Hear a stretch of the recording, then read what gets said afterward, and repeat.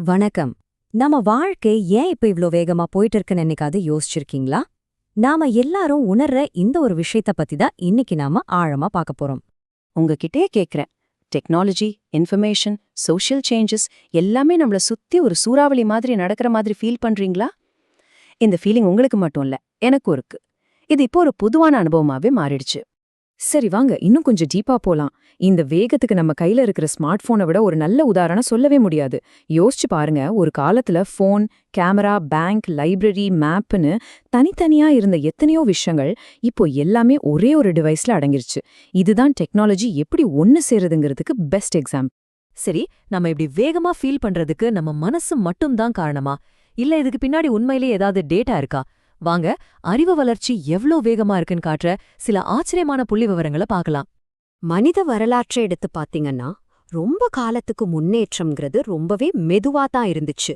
உதாரணத்துக்கு, விவசாயம் கண்டுபிடிச்சதுக்கும் சக்கரம் எல்லார் பயன்பாட்டுக்கும் வந்ததுக்கும் நடுல ஆயிரக்கணக்கான வருஷங்கள் ஓடிருச்சு. அறிவை ரெட்டிப்பாகிறதுக்கே பல நூற்றாண்டுகள் தேவைப்பட்டுச்சு. அந்த பழைய வேகத்தைய இன்னைக்கு இருக்கிற நிலைமையோட ஒப்பிட்டு பாருங்க. அப்போதான் அந்த வித்தியாசம் எவ்ளோ பெருசுன்னு புரியும். இந்த மூல ஆதாரம் என்ன சொல்லுதுன்னா, இன்னைக்கு மனிதனோட அறிவு ஒவ்வொரு 12 மணி நேரத்துக்கும் ரெட்டிப்பாகுது. பல நூற்றாண்டுகள நடந்த ஒரு விஷயம் இப்போ வெறும் அரை நாள்ல நடக்குது. நினைச்சு பார்க்க முடியுதா? இந்த டெக்னாலஜி புரட்சிக்கு காரணமான சிலரை நம்ம கண்டிப்பா ஞாபகம் வச்சுக்கணும். அதுல ஒருத்தர் தான் ஃபிலோ ஃபான்ஸ்வர்த். 1927ல எலக்ட்ரானிக் டெலிவிஷனை கண்டுபிடிச்சாரு. அது வரைக்கும் இல்லாத அளவுக்கு தகவல்களை எல்லா மக்களுக்கும் கொண்டு சேர்க்கறதுல இது ஒரு பெரிய புரட்சியை செஞ்சுது. உலகத்தையே நம்ம வீட்டுக்குள்ள கொண்டு வந்துச்சு. அதே மாதிரி 1989ல டிம் பர்னர்ஸ்-லீ கண்டுபிடிச்சதுதான் வேர்ல்ட் வைட் வெப். அது வெறும் ஒரு டெக்னாலஜி மட்டும் கிடையாது. நாம தகவல்களை எப்படி ஷேர் பண்றோம், எப்படி உருமாக்குறோம், எப்படி பார்க்கறோங்கிற மொத்த சிஸ்டத்தையுமே அடியோட மாத்தி போட்டுடுச்சு. நாம இன்னைக்கு வாழ்ற இந்த டிஜிட்டல் உலகத்துக்கு அடித்தளமே அவர்தான் போட்டார். இப்போ நம்ம பாக்குற இந்த டெக்னாலஜி வளர்ச்சிக்கும் ஆயிரக்கணக்கான வருஷத்துக்கு முன்னாடி எழுதப்பட்ட ஒரு பழைய வாசகத்துக்கும் ஏதாவது சம்பந்தம் இருக்க முடியுமா?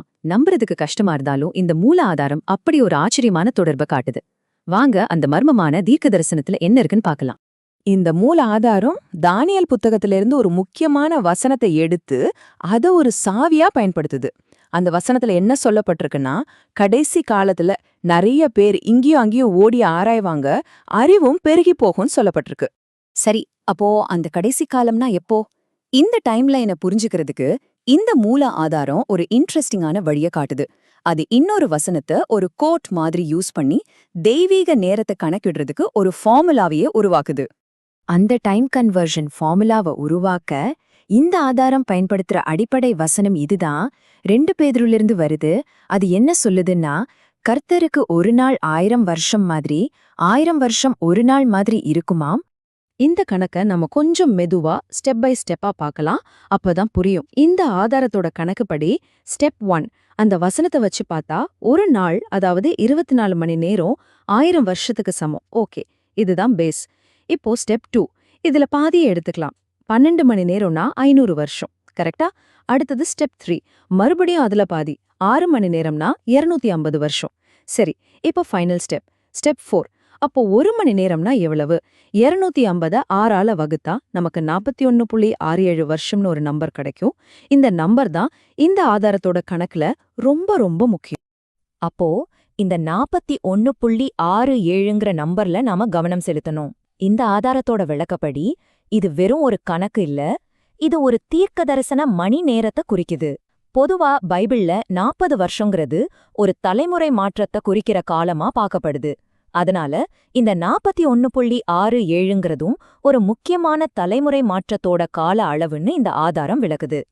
இப்போ நாம கணக்கு போட்டு இந்த நம்பர்ஸை வச்சுக்கிட்டு வரலாற்றுல நடந்த சம்பவங்களையும் இப்போ இருக்கிற டெக்னாலஜியோட பங்கையும் இந்த மூல ஆதாரம் எப்படி ஒன்னு சேர்க்குதுன்னு பார்க்கலாம்.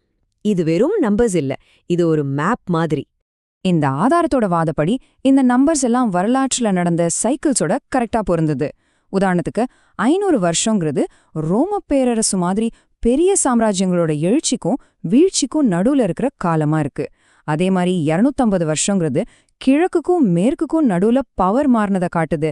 அப்புறம் அந்த 40-41 வருஷங்கிறது சோதனைகளும் மாற்றங்களும் நடந்த காலங்களா இருக்குன்னு சொல்லுது. சரி, இந்த பெரிய தீர்க்க தரிசன புதிரில ஆர்டிஃபிஷியல் இன்டெலிஜென்ஸ் அதாவது ஏஐ எங்க வருது? முதல்ல ஏஐனா என்னன்னு இந்த மூல ஆதாரம் எப்படி சொல்லுதுன்னு பார்க்கலாம். ஏஐங்கிறது மனுஷனோட வேகத்தை எல்லாம் தாண்டி தானாவே கத்துக்கிட்டு பிரச்சனைகளை தீர்த்து வேகமா கணக்கு போடுற சிஸ்டம்ஸ். இந்த டெஃபினிஷன் ரொம்ப முக்கியம். ஏன்னா இதுதான் தீர்க்க தரிசனத்தோட கடைசி பகுதியை புரிஞ்சுக்க ஹெல்ப் பண்ணும். இந்த ஆதாரம் ஏஐயோட சில குறிப்பிட்ட திறமைகளை ஹைலைட் பண்ணுது. உதாரணத்துக்கு பிஹேவியரல் ட்ராக்கிங், அதாவது நாம என்ன பண்றோம்னு தொடர்ந்து கண்காணிக்கிறது. அப்புறம் டார்கெட்டட் அட்வர்டைசிங் மூலமா நம்மளை இன்ஃப்ளூயன்ஸ் பண்றது, நம்ம டேட்டாவையெல்லாம் ஒன்னு சேர்த்து நம்மள பத்தி முடிவெடுக்கிறது. இந்த திறமைகள் தான் தீர்க்க தரிசனத்தோட சம்பந்தப்பட்டதுன்னு இந்த ஆதாரம் சொல்லுது. தானியல் புத்தகத்துல சொன்ன தீர்க்க தரிசனத்தோட இந்த ஆதாரம் வெளிப்படுத்தின விசேஷத்துல இருந்து வர்ற இந்த வசனத்தையும் சேர்த்து பாக்குது. அதாவது ஏஐ மூலமா இயங்குற டிஜிட்டல் சிஸ்டம்ஸ் வாங்குறதையும் விக்கிறதையும் கட்டுப்படுத்துற அளவுக்கு ஒரு குளோபல் எக்கனாமிக் சிஸ்டத்தை உருவாக்க முடியும்னு அது சொல்லுது. இப்போ நாம கடைசி பகுதிக்கு வந்தாச்சு. இந்த ஆதாரம் சொல்றபடி இது எல்லாமே எப்படி ஒன்னு சேருதுன்னு பார்க்கலாம். இங்க ஒரு முக்கியமான விஷயத்த இந்த ஆதாரம் தெளிவுபடுத்துது. பொதுவா டெக்னாலஜிங்கிறது நல்லதும் இல்ல கெட்டதும் இல்ல, நாம அதை எப்படி யூஸ் பண்றோமோ அதுல தான் இருக்கு. ஆனா ஏஐ விஷயத்துல நிலைமை கொஞ்சம் வேற மாதிரி.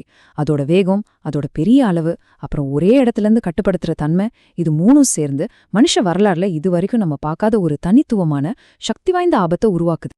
சுருக்கமா சொல்லணும்னா இந்த ஆதாரத்தோட வாதம் இதுதான். நாம ரொம்ப மெதுவா லோக்கலா மனுஷனோட கட்டுப்பாட்டுல இருந்த ஒரு உலகத்துல இருந்து இப்போ திடீர்னு மாற்றங்கள் நடக்கிற குளோபலா மிஷனை வேகப்படுத்துற ஒரு புது யுகத்துக்குள்ள நுழைஞ்சிட்டோம். இந்த மாற்றம் தற்செயலா நடக்கல, இது ஏற்கனவே முன்னறிவிக்கப்பட்ட ஒண்ணு. அப்போ இந்த ஆதாரம் சொல்ற மாதிரி டெக்னாலஜியும் தீர்க்க தரிசனமும் உண்மையிலேயே ஒன்னு சேருதுன்னா நம்ம எதிர்காலத்துக்கு இது என்ன சொல்ல வருது? இந்த கேள்வியோட உங்களை சிந்திக்க விட்டுட்டு இந்த விளக்கத்தை முடிக்கிறேன். இத பார்த்ததுக்கு ரொம்ப நன்றி.